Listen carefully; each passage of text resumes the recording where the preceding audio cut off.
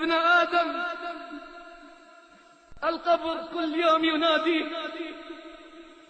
يا ابن آدم القبر كل يوم يناديك. يا ابن آدم تمشي في جماعة على الأرض وسوف تقع وحيدا في بطني. يا ابن آدم تفرح وتمرح على ظهري وسوف تبكي في بطني. يا ابن آدم تأكل أموال الربا والحرام واليتامى على ظهري وسوف يأكلك الدود في بطني. يا ابن آدم تنظر إلى الحرام بعيني وسترى ما ينتظرك في بطني.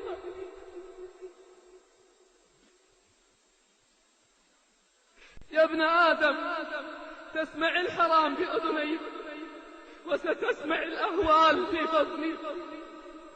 يا ساهي يا غافل سيحملك أهلك وأخلاؤك إلى تلك الحفرة. سيتبعك مالك وولدك وعملك. سيرجع الكل وسيبقى العمل. ستتزوج الزوجة من بعدك وسيتقاسم الأولاد أموالك. وأنت ينادى عليك رجعوا وتركوك وفي التراب وضعوك وللحساب عرضوك ولو بقوا معك ما نفعوك ولم يبقى لك إلا أنا وأنا الحي الذي لا يموت. يا أيها الإنسان يا أيها الإنسان ما غرك بربك الكريم الذي خلقك فسواك فعدلك في أي صورة ما شاء ركبك.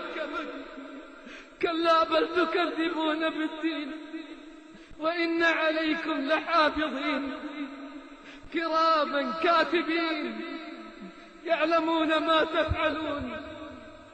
كأني بك تنحط إلى اللحد وتنغض وقد أسلمك الرب إلى أضيق من الفم. هناك الجسم ممدود ليستأكله الدود إلى أن ينخر العود ويمسي العظم قدرا. بسم الله الرحمن الرحيم. ألهاكم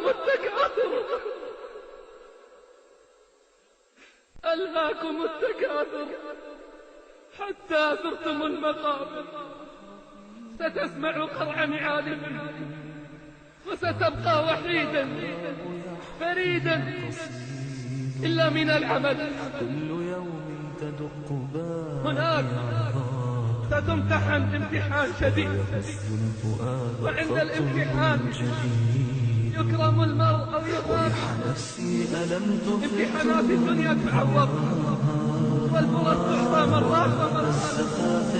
لكن قل لي بالله العظيم كيف سيكون الحال إذا ظهر لك كيف يكون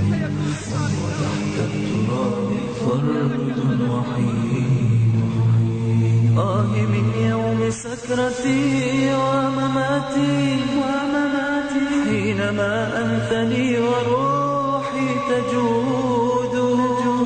أستغيث الطبيب ماذا جرالي قيل هذا ما كنت منه تحيد. لم تغثني دموع من